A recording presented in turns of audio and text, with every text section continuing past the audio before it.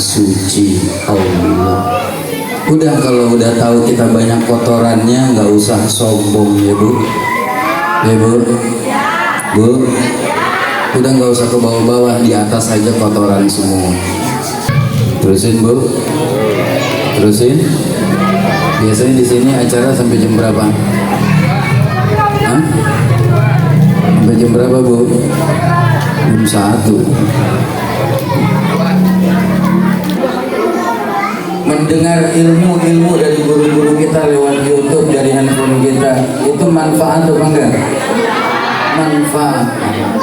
Tapi kalau dari handphone itu membuat kita jauh dari Allah, udah hapus aja aplikasi itu. Buat apa? Punya handphone ada aplikasi yang membuat kita jauh dari Allah, mendingan dia. Kita punya jam tangan membuat kita jadi sombong, buat apa? Gak usah pakai jam tangan. Ya, dosa mata kita, dosa telinga kita sering mendengar sesuatu yang Allah gak suka. Dosa lisan kita sering menggunjing, membicarakan keburukan orang lain. Namanya gosip. Ibu-ibu nih Pak yang suka gosip. Ibu yang suka gosip siapa? Ibu-ibu. Kalau bapak dia nggak gosip, dia mah gibah Bu. Mudah-mudahan dengan istighfar Allah hapus semua dosa-dosa dalam jasad kita. Amin. Ya Rabbal. Baca Yasin berapa kali? Baca 4 kali boleh nggak? Baca 5 kali boleh nggak? Siapa yang mau ngelarang baca Quran? Itu guru kita ini pernah mengajarkan kepada saya, 1 huruf dibalas 10 kebaikan. Orang baca Quran 1 huruf dibalas 10. Orang baca Yasin berapa huruf? 3 kali. Hah? Berapa huruf? Ya amasin berapa huruf? Berarti dapat berapa kebaikan? 20 kebaikan. Bagaimana kalau dia baca 83 ayat surat Yasin, ada berapa huruf Bu? Banyak Pak. Pahalanya gede. Alhamdulillah. Yasin yang pertama minta doa. Ada yang minta nikah lagi nggak Bu? Minta doa panjang dalam taat ibadah kepada.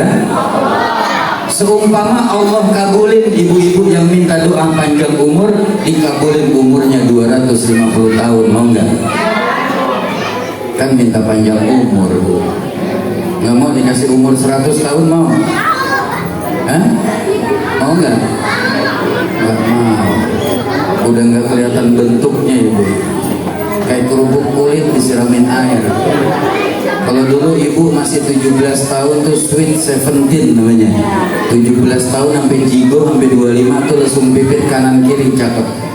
Tapi kalau udah 50 60 langsung pipit bukan kanan kiri, selebar muka langsung pipit semua.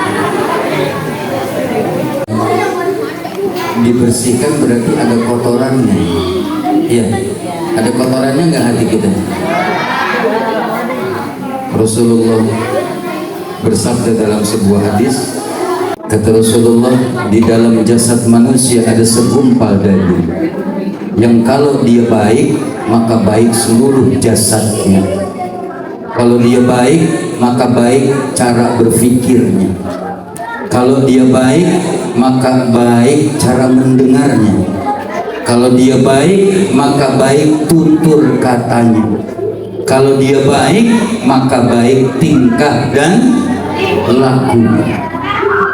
Tapi kalau dia rusak maka rusak seluruh jasadnya. Rusak cara berpikir, rusak cara mendengar, rusak tutur katanya, sampai rusak tingkah dan ala wahiyal qalbu, kata Rasulullah, dia adalah hati. Ada nggak penyakit hati kita Bu? Penyakit hati diantaranya yang pertama, ada yang disebut namanya hasad. Apa namanya Bu? Hasad. Hasad itu kalau menurut bahasa adalah sebuah kedengkian. Kalau menurut istilah hasad itu adalah perasaan gak senang ketika melihat orang lain dapat nikmat dari Allah. Itu namanya hasad, dengki.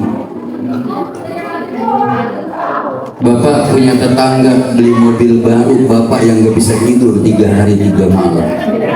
Mikirin kenapa tetangga saya bisa beli mobil baru.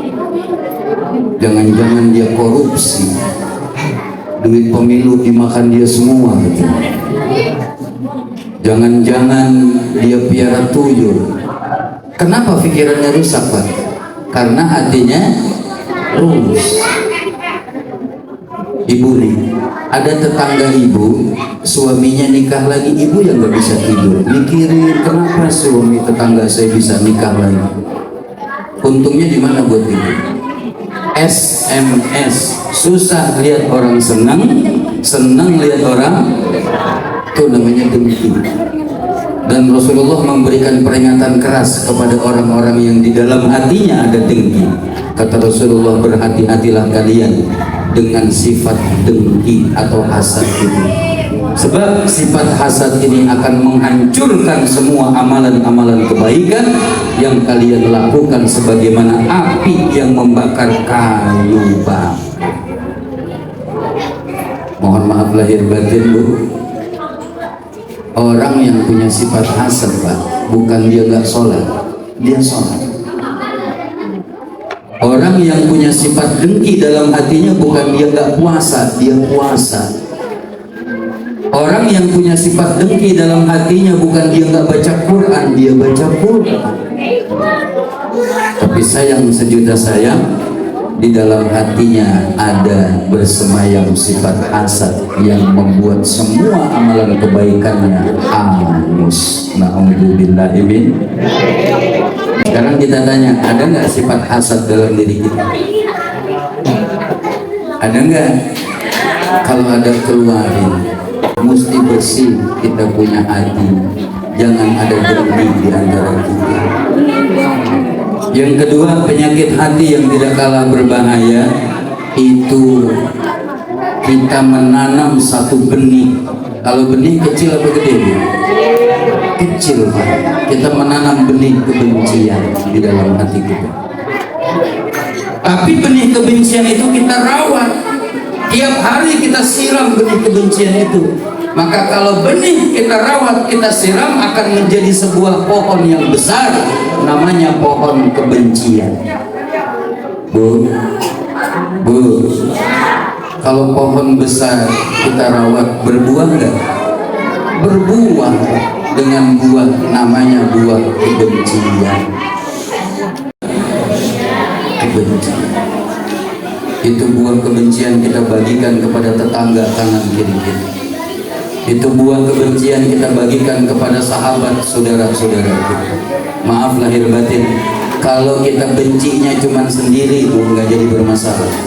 Tidak terlalu bermasalah walaupun berbahaya. Tapi yang sangat berbahaya ketika buah kebencian ini kita bagikan kepada orang-orang yang kita kenal maupun yang tidak kita kenal. Kita bagikan buah kebencian ini kepada saudara-saudara kita, kepada tetangga kanan kiri depan belakang kita. Bahkan kita bagikan buah kebencian ini lewat sosial media, di grup-grup WhatsApp, di Facebook, di Instagram, di Twitter, di semua sosial media. Apa yang dia katakan, mari kita benci berjamaah. Na'udzubillah. Kalau makan durian berjamaah enaknya durian. Bahaya nggak? Bahaya nggak? Sekarang saya mau tanya, Bu, di rumah tuh kan ada suami, ada istri ya. Kalau suami dengan istri saling dengki, saling benci, apa yang bakal terjadi? Apa yang bakal terjadi? Hancur nggak rumah tangga?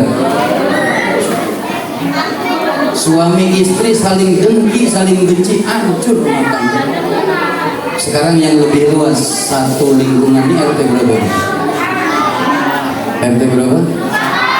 RT 4, RW 6. Satu RT, satu RW, masyarakatnya saling dengki, saling benci. Apa yang bakal terjadi sama lingkungan ini? Hah? Sekarang skup yang lebih luas lagi, bangsa dan negara yang kita cintai. Kalau semua masyarakatnya, semua rakyatnya isinya saling dengki, saling benci, apa yang bakal terjadi sama bangsa kita? Hah? Hancur nggak? Bahaya nggak dengki? Bahaya nggak benci? Allah. Maka ulama-ulama kita mengajarkan, bersihkan kotoran-kotoran hati kita. Jangan ada dengki, jangan ada benci di antara kita. Insya